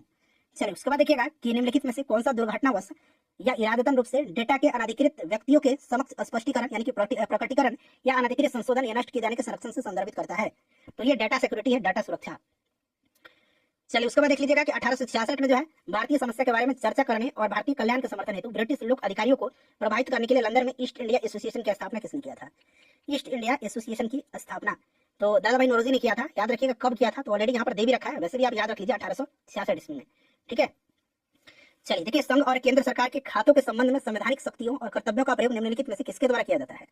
तो ये आपका जो है कैग होता है, कंट्रोलर ऑडिटर जनरल, ठीक है ना, जिसको हम लोग भारत के नियंत्रक और महालेखा परीक्षक बोलते हैं, वही कहता है। चलिए नियुक्ति राष्ट्रपति के द्वारा इसका किया जाता है, ध्यान रखिएगा, ठीक है। चलिए उसके बाद देखिएगा कि कालिदास द्वारा लिखे गए नाटक अभिज्ञान शकुंतलम में शकुंतला का पुत्र का पुत्र कौन था इसमें? अच्छा ये अभिज्ञान शकुंतलम कालिदास की रचना है, ठीक है, याद रखिएगा। तो ये भरत यहाँ पर शकुंतला के पुत्र हैं, ठीक है, ध्यान रखिएगा। चलिए उसके बाद नेक्स्ट क्वेश्चन हमारा कि वायुमंडल में मौजूद इनमें से कौन सी गैस का उपयोग दहन, श्वसन, नाइट्रोजन के ऑक्साइड के निर्माण नामक 3 प्रक्रियाओं में किया जाता है। तो दहन में भी, श्वसन में भी तो ऑक्सीजन का इस्तेमाल किया जाता है। आप इतना से पकड़ सकते हैं, दहन और श्वसन, ठीक है। चलिए उसके बाद देख लीजिएगा विश्व विरासत स्थल के रूप में प्रसिद्ध अजंता की गुफा निम्नलिखित में से किस स्थान पर है। अजंता की गुफा ये कहाँ पर है फ्रेंड्स, तो ये आपका औरंगाबाद में है अजंता की गुफा, महाराष्ट्र में। चलिए उसके बाद देखिए निम्नलिखित में से किसे भारत में स्वतंत्रता आंदोलन के दौरान चरमपंथी नेता के रूप में जाना जाता है। तो उग्र नेता, ठीक है ना। तो ये लाल बाल पाल आपको याद होगा, लाल लाजपत राय, बाल बाल गंगाधर तिलक और पाल बिपिन चंद्र पाल, ठीक है ना। तो यहाँ पे देखिए बाल गंगाधर तिलक चरमपंथी नेता थे ये। चलिए उसके बाद देखिएगा खालिस्तान दिया गया वैज्ञानिक और गणितीय उपयोग के लिए एक उच्च स्तरीय प्रोग्रामिंग भाषा है, प्रोग्रामिंग लैंग्वेज है। तो ये आपका याद रखिएगा फोर्ट्रॉन है, इंपॉर्टेंट है ये फोर्ट्रॉन, एक वैज्ञानिक और गणितीय उपयोग के लिए उच्च स्तरीय प्रोग्रामिंग भाषा है। नेक्स्ट क्वेश्चन है निम्नलिखित में से कौन सा तत्व एक बहुमुखी तत्व है जो सभी सजीवों और हमारे द्वारा उपयोग की जाने वाली कई चीजों का आधार बनाता है। तो फ्रेंड्स ये कार्बन है। क्या है ये, कार्बन है। चलिए उसके बाद नेक्स्ट क्वेश्चन हमारे कि वर्तमान में इनमें से किस देश में अधिकतम संख्या में नाभिकीय रिएक्टर संचालित है। वर्तमान में अधिकतम संख्या में नाभिकीय रिएक्टर ये आपके यूनाइटेड स्टेट्स में है संचालित। भारी जल यानी कि हेवी वाटर जो है फ्रेंड्स, इसका नामकरण का आधार क्या है। तो देखिए फ्रेंड्स, वह प्रोटीन के स्थान पर ड्यूटेरियम का प्रयोग, यहाँ पर 1 मिनट रुक जाइए, यह प्रोटीन के स्थान पर ड्यूटेरियम का उपयोग किया जाता है जो हाइड्रोजन की अपेक्षा के भारी समस्थानिक है, ठीक है ना। Heavy water D2O, clear. चलिए उसके बाद देख लीजिएगा कि इनमें से कौन भारतीय रिजर्व बैंक के पहले भारतीय गवर्नर है। तो ये सीडी देशमुख है, ठीक है ना, सीडी देशमुख याद रखिएगा, भारतीय रिजर्व बैंक के पहले भारतीय गवर्नर है सीडी देशमुख, क्लियर। चलिए उसके बाद देखिएगा कि which of the following are 2 components of the CPU of a computer. तो एक तो आपका एएलयू होता है, ठीक है, और एक कंट्रोल यूनिट होता है। नेक्स्ट क्वेश्चन एमसीबी का पूर्ण रूप पूछा गया है, मैनिएचर सर्किट ब्रेकर होता है इसका फुल फॉर्म, मैनिएचर सर्किट ब्रेकर, ठीक है। चलिए उसके बाद देख लीजिएगा संयुक्त राष्ट्र का प्रमुख न्यायिक अंग यानी कि जुडिशियल ऑर्गन कहाँ पर है, तो नीदरलैंड के द हेग में है, ठीक है। चलिए उसके बाद नेक्स्ट क्वेश्चन है कि जेनेवा में अंतर्राष्ट्रीय मानवाधिकार आयोग की स्थापना कब किया गया था, बताइए। तो फ्रेंड्स ये किया गया था 24 दिसंबर 2003 को। उसके बाद देख लीजिएगा कि इंटरनेट पर किसी कंप्यूटर को किसके द्वारा पहचाना जाता है। तो आईपी एड्रेस हम लोग सुनते हैं ना, आईपी एड्रेस के द्वारा, आईपी एड्रेस, ठीक है ना, आईपी एड्रेस के द्वारा। चलिए उसके बाद देखिए कम्युनिस्ट इंटरनेशनल के नेतृत्व हेतु चयनित किए जाने वाले प्रथम भारतीय कौन थे। तो ये आपके एमएन रॉय थे, मानवेंद्रनाथ रॉय, एमएन रॉय, मानवेंद्रनाथ रॉय, ठीक है, याद रखिएगा। चलिए इनमें से कौन सा राज्य भारतीय संविधान की 6ठी अनुसूची में शामिल नहीं है। तो यहाँ पर देखिए अरुणाचल प्रदेश नहीं है, असम, मेघालय, त्रिपुरा, मिजोरम ये सब है, ठीक है। चलिए 1600 से 1700 की अवधि के धार्मिक शिक्षक मियां मीर किस राज्य से संबंधित है। तो मियां मीर पंजाब से, ठीक है। चलिए उसके बाद देख लीजिएगा कि अम्ल और उस पदार्थ जिसमें वह पाया जाता है का इनमें से कौन सा युग्म सम्मिलित नहीं है। एस्कॉर्बिक एसिड इमली में पाया जाता है, नहीं, इमली में टार्टरिक एसिड पाया जाता है, इमली में टार्टरिक अम्ल पाया जाता है। लैक्टिक अम्ल दूध दही में सही है, ऑक्जेलिक टमाटर पालक में पाया जाता है, टमाटर में भी पाया जाता है, याद देखिए एसिटिक सिरका में पाया जाता है, सही है, ये गलत दिया गया, ये सम्मिलित नहीं है, ठीक है ना। चलिए उसके बाद देखिए निम्नलिखित में से कौन सा युग्म क्षेत्र घास मैदान सम्मिलित नहीं है। अर्जेंटीना में प्रेरिज, प्रेरिज अर्जेंटीना में जो है, अर्जेंटीना में पंपास है, प्रेरिज नहीं है, ठीक है। प्रेरिज अमेरिका में है, ऑस्ट्रेलिया में डाउन्स है, सही है, मध्य एशिया में स्टेपी है और दक्षिण अफ्रीका में वेल्ड है, ये सब सही दिया गया, ये गलत दिया गया था जो मैंने आपको बता दिया। चलिए उसके बाद देखिएगा कि संगई जो त्योहार है भारत के किस राज्य में मनाया जाता है। संगई मणिपुर में मनाया जाता है। और हॉर्नबिल जो है, हॉर्नबिल एक मनाया जाता है, हॉर्नबिल ये नागालैंड में मनाया जाता है, ठीक है। चलिए उसके बाद अगला प्रश्न हमारे निम्नलिखित में से देखिए कि कौन सा जल डमरू मध्य आर्कटिक महासागर को प्रशांत महासागर से जोड़ता है। आर्कटिक को प्रशांत महासागर से, बताइए। तो ये आपका बेरिंग जल डमरू मध्य है। उसके बाद चलिए अगला प्रश्न निम्नलिखित में से कौन सा असंगठित क्षेत्र का एक उदाहरण है। असंगठित, तो ये खेती है इसमें से असंगठित क्षेत्र का, ठीक है, बाकी सारे ये संगठित क्षेत्र है। चलिए ऑर्गेनाइज्ड वे में है। चलिए उसके बाद देखिए निम्नलिखित में से किस संशोधन ने पंचायतों को वित्तीय अधिकार प्रदान किए और स्थानीय सरकार को मजबूत बनाने में मदद किया। तो ये 73वां संविधान संशोधन है, ठीक है ना। पंचायतों को जो है आपको एक संवैधानिक दर्जा दिया गया था। चलिए उसके बाद नेक्स्ट क्वेश्चन है कि इडुक्की जो जल विद्युत परियोजना है ये किस नदी पर बनाई गई है। इडुक्की ये पेरियार नदी पर है, ठीक है। इडुक्की डैम आपने पढ़ा भी है। देखिए भारत और किस देश में फरवरी 2021 में सहतूत बांध बनाने के लिए एक समझौता किया। दरअसल मैं पूछना चाहता हूँ कि सहतूत बांध जो है ये किस देश में है। तो ये अफगानिस्तान में है, याद रखिएगा, ठीक है ना, अफगानिस्तान में है। और एक काबुल नदी है, काबुल नदी के बेसिन पर सहतूत बांध का निर्माण किया गया है, काबुल नदी के बेसिन पर, ठीक है ना।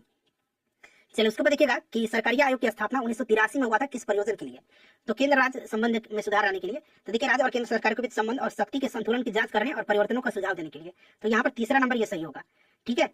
चलिए फ्रेंड्स उसके बाद देखिए युवा बंगाल आंदोलन जिसको कि यंग बंगाल मूवमेंट कहा जाता है, इसे किसने शुरू किया था। तो हेनरी विवियन डेरोजियो ने स्टार्ट किया हुआ था, याद रखिएगा, इंपॉर्टेंट है फ्रेंड्स। चलिए उसके बाद देख लीजिए कि भारतीय राष्ट्रीय कांग्रेस के पहले अधिवेशन की अध्यक्षता किसने किया था। 1885 में हुआ था बंबई में और इसमें 72 प्रतिनिधियों ने हिस्सा लिया था। डब्ल्यू.सी. बनर्जी ने किया था, बेमल चंद्र बनर्जी ने।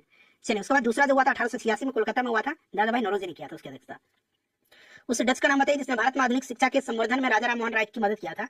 तो फ्रेंड्स ये कौन था। तो फ्रेंड्स ये डेविड हेयर था। डेविड हेयर और अलेक्जेंडर डफ, आपने सुना होगा, डेविड हेयर और अलेक्जेंडर डफ ये दो लोग थे जिन्होंने साथ में मिलकर के राजा राम मोहन राय के सहयोग से हिंदू कॉलेज की स्थापना किया था, ठीक है, कलकत्ता में। तो ये आपका हेयर, डेविड हेयर यहाँ पर राइट आंसर होगा।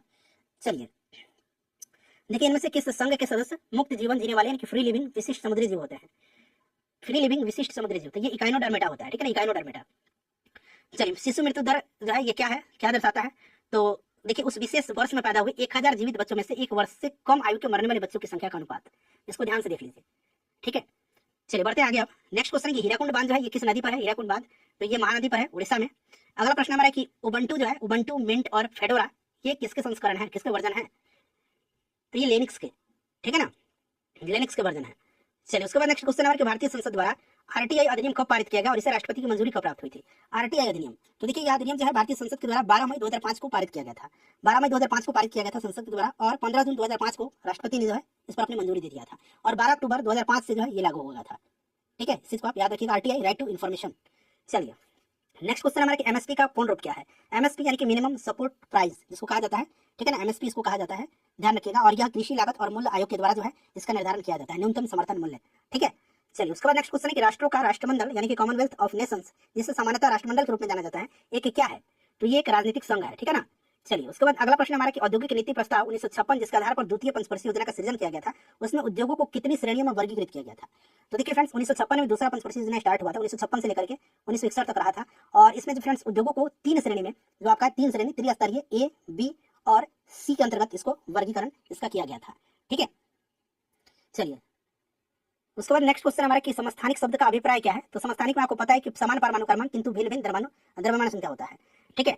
चलिए उसके बाद देख लीजिएगा कि भारतीय रक्षा मंत्रालय द्वारा राफेल जो विमान है ना, राफेल फाइटर जेट, ये किस देश से खरीदा गया? तो राफेल को फ्रांस से खरीदा और सुखोई को खरीदा है रूस से, ठीक है। चलिए उसके बाद देखिएगा कि भारत में स्थित यूनेस्को के विश्व धरोहर स्थलों और उनके समावेशन के वर्ष के गलत युग्म का पहचान करना है। तो यानी कि कौन सा जो है आपका यूनेस्को का विश्व धरोहर स्थल कब जो है लिस्ट में शामिल किया गया था, इसमें से गलत कौन सा दिया गया? तो देखिए आगरा का किला 1983, लाल किला 2007, सांची का स्तूप 1988 नहीं होगा, सांची का स्तूप जो होगा ये 1989 होगा। इस चीज को आप बना लीजिएगा, तो यही गलत दिया गया है, ये आपका सही दिया गया है, ठीक है ना। मानव शरीर में 29 हड्डियां होती है, इनमें से कौन सा वर्गीकरण सही है? तो हेड में 8, माथा में, ठीक है ना, माथा में, कान में आपका 6 और चेहरा में 14 और एक आपका कंठस्थ या हेड बोन जिसको बोला जाता है, ये वाला सही है, ठीक है।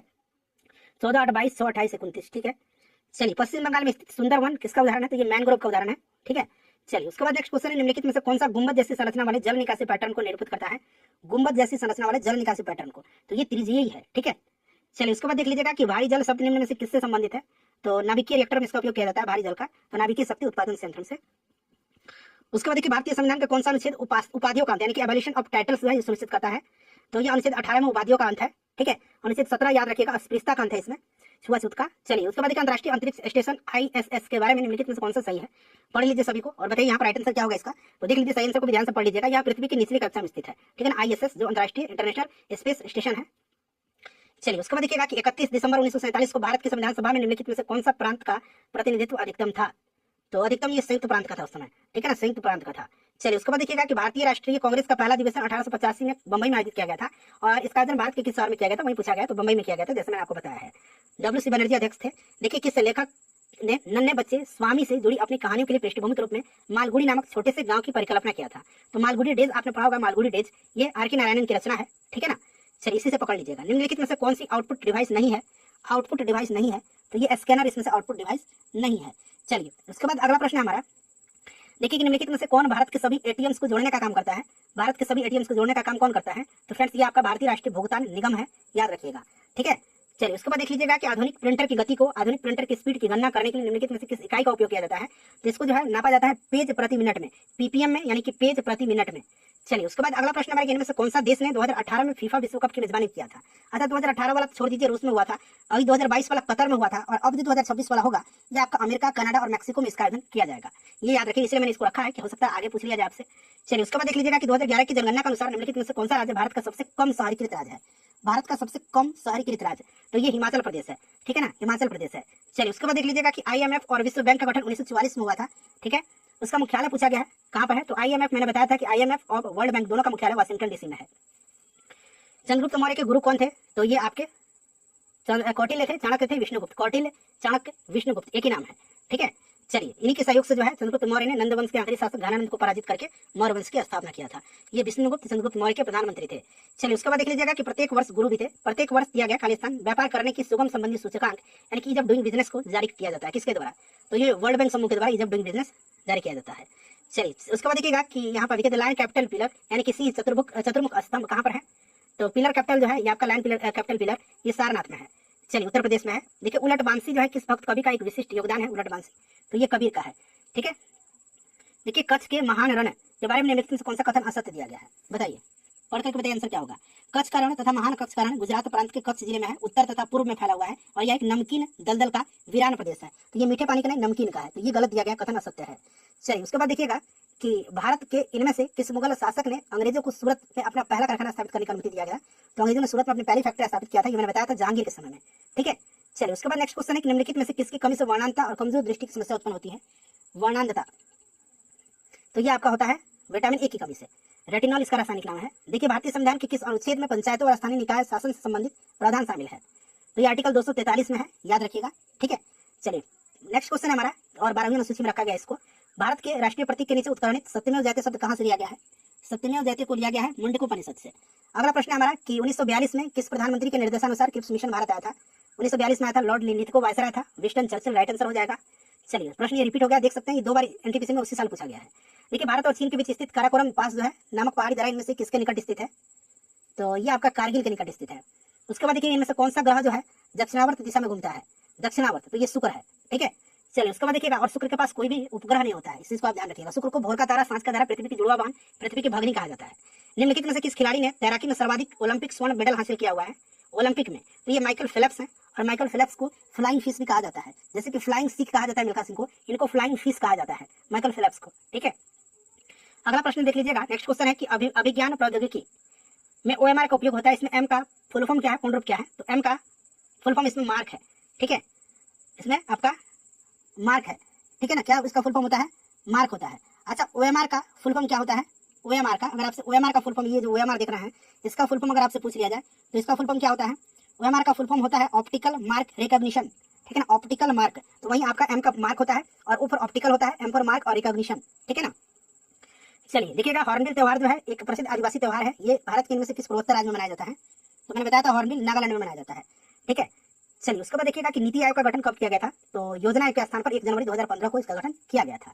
उसके बाद देखिए, पारा का सामान्य नाम क्या है। तो पारा को क्विक सिल्वर कहा जाता है, क्विक सिल्वर इसको कहा जाता है, ठीक है ना, क्विक सिल्वर पारा को कहा जाता है, ध्यान रखिएगा। चलिए, उसके बाद देखिएगा कि एनएसई नेशनल स्टॉक एक्सचेंज इसको कहा जाता है। National stock exchange of India का मुख्यालय कहाँ पर है। देखिए, एनएसई की स्थापना हुई थी कब, 1992 में, नेशनल स्टॉक एक्सचेंज की स्थापना, ठीक है। और national stock exchange of India की स्थापना हेडक्वार्टर मुंबई में इसका। चलिए, उसके बाद देखिए, सोडा वाटर से कौन सी गैस निकलती है सोडा वाटर में। तो आपको भी पता है, बताने की जरूरत नहीं है, कार्बन डाइऑक्साइड गैस यानी कि CO2 गैस निकलती है। चलिए, उसके बाद देखिएगा, कान्हा टाइगर रिजर्व कहाँ पर है। कान्हा टाइगर रिजर्व जो है ये मध्य प्रदेश में है, एमपी में है। उसके बाद देखिए, भारत में इनमें से किस अनुवांशिक रूप से संशोधित फसल की कानूनी खेती करने की अनुमति दी गई है। तो ये आपका बीटी कपास है, ठीक है ना, बीटी कपास। चलिए, उसके बाद नेक्स्ट क्वेश्चन है कि विश्व की सबसे बड़ी प्रवाल भित्ति कोरल रीफ कहाँ पाई जाती है। कोरल रीफ, विश्व की सबसे बड़ी जो कोरल रीफ है ये कौन सी है। तो ग्रेट बैरियर रीफ है, इसका नाम क्या है, ग्रेट बैरियर रीफ। ये कहाँ पर है फ्रेंड्स, तो ऑस्ट्रेलिया में है, ठीक है ना, ऑस्ट्रेलिया यहाँ पर राइट आंसर हो जाएगा। चलिए, उसके बाद नेक्स्ट क्वेश्चन हमारा कि निम्नलिखित में से कौन सा यह निर्धारित करता है कि रासायनिक अभिक्रिया नहीं हुई है। कौन सा यह निर्धारित करता है, तो आकार में परिवर्तन। चलिए, उसके बाद देखिए, अगला प्रश्न कि परमाणु ऊर्जा अधिनियम कब मतलब यहाँ पर भरना है, नाभिकीय शक्ति उत्पादन के निजी नियंत्रण को प्रतिबंधित करता है। तो परमाणु ऊर्जा अधिनियम 1962 जो है नाभिकीय शक्ति उत्पादन के निजी नियंत्रण को प्रतिबंधित करता है। चलिए, उसके बाद देखिएगा कि प्रसिद्ध कविता खूब लड़ी मर्दानी की रचना किसके द्वारा किया गया था। खूब लड़ी मर्दानी वह तो झांसी वाली रानी थी, ये सुभद्रा कुमारी चौहान की रचना है, ठीक है। चलिए, उसके बाद देख लीजिए, अगला प्रश्न फ्रेंड्स हमारा कि टुंड्रा वनस्पति जो है, टुंड्रा वेजिटेशन, ये कहाँ पाई जाती है। तो ये हिमालय क्षेत्र में। नेक्स्ट क्वेश्चन हमारा कि भारत में नाभिकीय ऊर्जा का उपयोग करके विद्युत उत्पादन जो है कब शुरू किया गया था। भारत में नाभिकीय ऊर्जा का उपयोग करके विद्युत उत्पादन को अक्टूबर 1969 में जो है स्टार्ट किया गया था। उसके बाद देखिएगा कि निम्नलिखित में से किसके द्वारा 1990 में किसी देश की समग्र सामाजिक और आर्थिक उपलब्धियों के मापन हेतु प्रयुक्त एक सांख्यिकीय सूचकांक के रूप में मानव विकास सूचकांक HDI का सृजन किया गया था। मतलब किसके द्वारा 1990 में HDI का जो मानव विकास सूचकांक है उसका सृजन किया था। तो ये महबूबुल हक है, ये पाकिस्तान के अर्थशास्त्री हैं, ठीक है ना, इनको भी आप ध्यान रख सकते हैं, इंपॉर्टेंट है, पूछा जाता है। चलिए, उसके बाद देखिएगा कि NRDWP का पूर्ण रूप क्या है। तो NRD यानी कि national rural drinking water program, NRDWP national rural drinking water program. चलिए, उसके बाद अगला प्रश्न देखिएगा कि प्राचीन समय के दौरान विकसित उन भूमिगत जलमार्गों का नाम बताएं जिनमें सिंचाई के उद्देश्य के लिए पानी को ढलान के रास्ते गुरुत्वाकर्षण के द्वारा खींचा जाता था। तो फ्रेंड्स ये आपका कनात है, अंग्रेजी में देख सकते हैं कनात लिखा गया इस तरह से। चलिए, उसके बाद देखिए किस शहर के हवाई अड्डे पर लाल बहादुर शास्त्री की प्रतिमा स्थापित है। तो ये वाराणसी में है, ठीक है ना। चलिए, उसके बाद देख लीजिए कि भारत के पहले स्वदेश निर्मित विमान वाहक पोत एयरक्राफ्ट कैरियर का नाम क्या है। पहला इसलिए मैंने ले लिया है, तो पहला आपका INS विक्रांत है ये। चलिए, उसके बाद देख लीजिएगा कि मानव जाति होमो सेपियंस के प्राचीनतम सदस्यों के अवशेष खलिस्तान दिया गया में देखे जा सकते हैं। तो ये अफ्रीका महाद्वीप में देखे जा सकते हैं, ठीक है ना। चलिए, उसके बाद नेक्स्ट क्वेश्चन है हमारा कि मानव अधिकारों की सार्वभौम घोषणा यानी कि UDHR की मसौदा समिति के अध्यक्ष कौन थे। तो ये अध्यक्ष थे आपके रूजवेल्ट, एलेनोर रूजवेल्ट थे, ठीक है। चलिए, उसके बाद देख लीजिएगा कि निम्नलिखित कारकों में से कौन सा जाति उद्भवन जब मौजूदा जातियों की नई प्रजातियां विकसित होती है में योगदान नहीं करता है, तो ये डाइवर्जेंट इवोल्यूशन नहीं करता है। बाकी देखिए जेनेटिक ड्रिफ्टिंग, ज्योग्राफिकल आइसोलेशन और वेरिएशन ये करता है। अब सारी विकास यानी कि डाइवर्जेंट एवोल्यूशन ये जो है उसमें योगदान नहीं करता है। चलिए उसके बाद देखिए खाली स्थान दिया गया में शुरू की गई राजस्व प्रणाली को रैयतवाड़ी बंदोबस्त के रूप में जाना जाता है। तो ये रैयतवाड़ी बंदोबस्त जो है ये टॉमस मुनरो ने शुरू किया था, बॉम्बे डेकन, यहाँ पर राइट आंसर हो जाएगा। 1820 में मद्रास के तत्कालीन गवर्नर टॉमस मुनरो ने रैयतवाड़ी व्यवस्था आरंभ किया था। ठीक है, यह व्यवस्था मद्रास, बंबई और असम के कुछ भागों में लागू किया गया था। चलिए देखिएगा कि पुरातत्वविद, भाषा विज्ञानी और ईस्ट इंडिया कंपनी का अधिकारी जेम्स प्रिंसेप ने किस वर्ष में जो है अशोक के जो शिलालेख था, अशोक का इडिक्ट जो ब्राह्मणी लिपि में लिखा गया था उसकी व्याख्या किया था, कब पढ़ा था जेम्स प्रिंसेप ने? तो ये 1837 में पढ़ा था। ठीक है, याद रखिएगा, इंपॉर्टेंट है। चलिए पुरातत्व पुस्तक देखिए तहकीक मां लिल हिंद, तहकीक मां लिल हिंद किसने लिखी है? तो अल बरूनी ने। ठीक है, चलिए उसके बाद अगला प्रश्न है, खाली स्थान दिया गया है में भारत के सभी बड़े उद्योगपतियों ने देश के एक नियोजित अर्थव्यवस्था की स्थापना हेतु एक साथ मिलकर के एक संयुक्त प्रस्ताव तैयार किया था। तो 1944 में भारत के सभी बड़े उद्योगपति ने देश में एक नियोजित अर्थव्यवस्था की स्थापना के हेतु एक साथ मिलकर के एक संयुक्त प्रस्ताव तैयार किया था 1944 में। देखिए गोल गुंबद जो है ये कहाँ पर है? गोल गुंबद जो है, गोल गुंबद फ्रेंड्स ये कहाँ पर है? तो देखिए गोल गुंबद ये आपका बीजापुर के सुल्तान मोहम्मद आदिल शाह का मकबरा है। बीजापुर कर्नाटक में पड़ता है, आपको याद होगा। तो यहाँ पर देखिए कर्नाटक राइट आंसर हो जाएगा। चलिए उसके बाद देखिएगा कि पीएचडी जो है, पीएचडी किस प्रकार की कंप्यूटर फाइल का एक्सटेंशन है? पीएचडी तो ये आपका एडोब फोटोशॉप का है पीएचडी, याद रखिएगा। चलिए उसके बाद देख लीजिएगा कि ब्रिटिश साम्राज्य से भारत की स्वतंत्रता के बाद भारत के प्रधानमंत्री जवाहरलाल नेहरू ने किसकी अध्यक्षता में परमाणु विकास कार्यक्रम को मंजूरी दिया था? तो फ्रेंड्स ये दिया था होमी जहांगीर भाभा के नेतृत्व में। ठीक है ना। चलिए उसके बाद देख लीजिएगा कि इनमें से किस प्रकार के अंगों की बुनियादी संरचना उत्पत्ति समान होती है किंतु उनके कार्य भिन्न होते हैं? तो ये आपके समझात अंग होते हैं जिसको होमोलोगस आपको पार्ट कहा जाता है। ठीक है, चलिए उसके बाद देख लीजिएगा कि निम्नलिखित में से किस वर्ष 1938 और 1939 में 1938 और 1939 में जो है भारतीय राष्ट्रीय कांग्रेस का अध्यक्ष के रूप में निर्वाचित किया गया था? तो हरिपुरा और त्रिपुरी अधिवेशन जो हुआ था ये सुभाष चंद्र बोस है। ठीक है, चलिए उसके बाद देख लीजिएगा कि श्रवण बेलगोला में स्थित गोमतेश्वर मूर्ति किस सामग्री की बनी हुई है? तो ये देखिए गोमतेश्वर मूर्ति जो है ना फ्रेंड्स ये बनी हुई है आपकी किसकी? तो ये ग्रेनाइट की, ये कर्नाटक के श्रवण बेलगोला में है। ठीक है ना, इस चीज को आप याद रखिएगा। और इसका निर्माण किसने करवाया था? तो इसका निर्माण जो है ये करवाया था चामुंडराय ने, चामुंडराय ने इसका निर्माण करवाया था, याद रखिएगा। चलिए उसके बाद देखिएगा अंगूर की खेती, इसको विटिकल्चर कहा जाता है अंगूर की खेती को। ठीक है, इस तरह से भी याद रखिएगा अंगूर की खेती क्या कहलाता है? विटिकल्चर। तो इनमें से किस क्षेत्र की विशेषता होती है? तो ये भूमध्य सागरीय क्षेत्र की विशेषता होती है विटिकल्चर। ठीक है, चलिए फ्रेंड्स उसके बाद देखिए वान भट्ट किस राजा के दरबारी कवि थे? वान भट्ट हर्षवर्धन के थे। और हर्षचरित इन्हीं की रचना है, हर्षचरित। ठीक है ना, हर्षचरित वान भट्ट की रचना है। ठीक है, चलिए उसके बाद अगला प्रश्न है कि लैंगिक प्रजननशील प्राणियों में समान गुण के वंशाणु इनकी जीन्स के कितने प्रतिरूप मौजूद होते हैं? कितने प्रतिरूप मौजूद होते हैं? तो फ्रेंड्स ये आपके 2 प्रतिरूप। ठीक है ना। चलिए उसके बाद नेक्स्ट क्वेश्चन है कि व्यापार एवं आर्थिक संघ समिति जिसको TERAC कहा जाता है इसका प्रमुख कौन होता है? तो ये भारत के प्रधानमंत्री होते हैं। ठीक है, चलिए उसके बाद देखिएगा कि निम्नलिखित में से कौन सा ग्रेगर मेंडल के अनुवंशिकी का जो वंशानुगति के सिद्धांत के अंतर्गत नहीं आता है? तो ये लॉ ऑफ बायोपिक्स नहीं आता है, बाकी आप इनमें से देख सकते हैं ये सब आता है। चलिए उसके बाद देखिएगा कि UN द्वारा किस दशक को अंतर्राष्ट्रीय पेयजल एवं स्वच्छता दशक के रूप में नामित किया गया था? तो 1981 1990 से 1990 जो ये 10 वर्ष का समय था इसको किया गया था। ठीक है, चलिए उसके बाद देखिए अगला प्रश्न है, खाली स्थान दिया गया है वर्ष 2023 के दौरान एथलेटिक्स में IAF विश्व चैंपियनशिप में पदक जीतने वाले प्रथम भारतीय 2003 में 2023 में 2003 में गलती हुआ 2003 बनाइए। ठीक है ना, 2003 में। तो ये अंजू बॉबी जॉर्ज हैं जिन्होंने IAF यानी कि जिसको कि IAF जिसको कि आपको एथलेटिक्स में जो विश्व चैंपियनशिप है उसमें जो प्रथम भारतीय होने का गौरव पदक जीतने वाला प्राप्त किया अंजू बॉबी जॉर्ज ने। देखिए 1985 में जो असम समझौता, असम अकॉर्ड ऑफ 1985 में नई दिल्ली में, और देखिएगा यहाँ पर all Assam student union AASU के नेताओं के बीच में जो हस्ताक्षरित समझौता ज्ञापन हुआ था ये किस प्रधानमंत्री के समय में पूछा गया? तो ये राजीव गांधी के समय में। ठीक है ना। चलिए उसके बाद देख लीजिएगा कि स्वतंत्रता के पूर्व भारत में किस आंदोलन ने कपास उत्पादन को प्रोत्साहित किया था? तो ये स्वदेशी आंदोलन ने। ठीक है ना, क्योंकि कपड़ा बनाने लगे लोग, विदेशी वस्त्रों का बहिष्कार किया गया था। देखिए भारत में किस तारीख को वर्ष का सबसे छोटा दिन माना जाता है? तो सबसे छोटा 22 दिसंबर, सबसे बड़ा 21 जून को, जिस दिन विश्व योग दिवस मनाया जाता है। चलिए उसके बाद देख लीजिएगा कि भारत में निम्नलिखित में से किसे स्थानीय स्वशासन का जनक यानी कि father of local self government कहा जाता है? लॉर्ड रिपन को। तो इसी के समय में प्रथम कारखाना अधिनियम लागू हुआ था, याद रखिएगा। ठीक है ना। चलिए उसके बाद देख लीजिएगा कि भारत सरकार द्वारा किस ग्रामीण आवास को पुनः संरचित करके प्रधानमंत्री ग्रामीण आवास योजना का सृजन किया गया? तो ये इंदिरा आवास योजना है। ठीक है ना, इंदिरा आवास योजना यहाँ पर राइट आंसर हो जाएगा। ठीक है, इंदिरा आवास योजना, याद रखिएगा। चलिए उसके बाद नेक्स्ट क्वेश्चन है हमारा कि रविन्द्रनाथ टैगोर ने देखिए किसकी वजह से अपनी नाइटहुड उपाधि लौटा दिया था? तो ये जलियांवाला बाग नरसंहार जो कि 13 अप्रैल 1919 को हुआ था। चलिए इसके बाद देखिए भारत छोड़ो और जलियांवाला बाग हुआ था बैसाखी के दिन, याद रखिएगा। जलियांवाला बाग कहाँ पर है? अमृतसर में है। वायसराय कौन था? लॉर्ड चैम्सफोर्ड था। भारत छोड़ो आंदोलन है ये बॉम्बे में हुआ था। ठीक है, चलिए उसके बाद 1942 में निम्नलिखित में से कौन सी पुस्तक विष्णु शर्मा के द्वारा लिखित है? तो पंचतंत्र के लेखक है विष्णु शर्मा। ठीक है, इंडिका जो है ये किसकी है? मेगास्त्रीज की है, राजतारांगिनी की कलहन है और कौटिल्य की अर्थशास्त्र है। चलिए उसके बाद देखिएगा कि लाइट डिटेक्टर उपकरण को किसके रूप में भी जाना जाता है? तो इसको पॉलीग्राफ के रूप में भी जाना जाता है। चलिए उसके बाद नेक्स्ट क्वेश्चन करेंगे फ्रेंड्स। अगला प्रश्न है कि हरित क्रांति निम्नलिखित में से किससे संबंधित है? तो खाद्यान्न उत्पादन से, खाद्यान्न और अनाज उत्पादन से। ठीक है, मछली उत्पादन नीली क्रांति है, दूध उत्पादन जो है ये श्वेत क्रांति है। श्वेत क्रांति के जनक वर्गीस कुरियन है, हरित क्रांति के जनक भारत में डॉक्टर MS स्वामीनाथन है। पूना समझौता कब हस्ताक्षरित हुआ था? तो ये 1932 में हुआ था पूना समझौता, महात्मा गांधी और बाबा साहब भीमराव अम्बेडकर के बीच में, पूना के एडवाड़ा जेल में। ठीक है, याद रख सकते हैं इसको भी। चलिए फ्रेंड्स, उसके बाद देखिएगा कि पलासी के युद्ध के समय बंगाल का नवाब कौन था? पलासी के युद्ध के समय, तो देखिए पलासी का युद्ध जो हुआ था ना, ये 23 जून 1757 को हुआ था। उस समय बंगाल का नवाब सिराजुद्दौला था और ये अंग्रेज थे दूसरी तरफ जिससे लड़ाई हो रही थी। अंग्रेजी सेना का नेतृत्व रॉबर्ट क्लाइव कर रहा था, इसमें अंग्रेजों की जीत हुई थी, नवाब की हार हो गई थी। चलिए उसके बाद नेक्स्ट क्वेश्चन, ईवीएम का पूरा नाम क्या है? तो इसका पूरा नाम यहाँ पर देख सकते हैं, दिया गया है ऑप्शन 2 में। चलिए उसके बाद देखिएगा कि माइक्रोसॉफ्ट एक्सेल में वर्कबुक डैश का एक संग्रह होता है, तो ये आपका वर्कशीट्स का एक संग्रह होता है। चलिए उसके बाद अगला प्रश्न है कि प्रथम भारतीय अंतरिक्ष यात्री कौन है? तो ये स्क्वाड्रन लीडर श्री राकेश शर्मा जी हैं। ठीक है, याद रखिएगा। नेक्स्ट क्वेश्चन हमारे विश्व पर्यावरण दिवस कब मनाया जाता है? तो 5 जून को। स्वास्थ्य दिवस 7 अप्रैल के दिन मनाया जाता है। चलिए एशियाटिक सोसाइटी ऑफ बंगाल की स्थापना 1784 में विलियम जोन्स ने किया था। चलिए हमारा सौरमंडल किस गैलेक्सी का एक हिस्सा है? तो ये मिल्की वे गैलेक्सी का, ठीक है, आकाशगंगा का।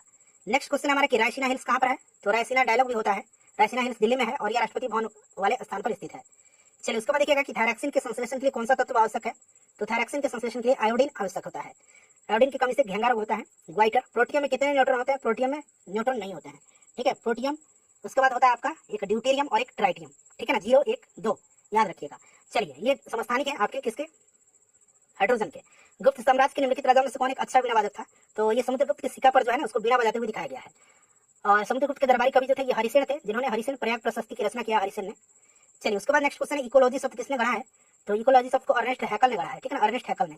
चलिए फ्रेंड्स उसके बाद नेक्स्ट क्वेश्चन कर लेंगे कि अस्पतालों से निकलने वाले जैविक कचरे के जो निपटान है उसमें सबसे अच्छा तरीका, तो ये आपका भस्मीकरण है।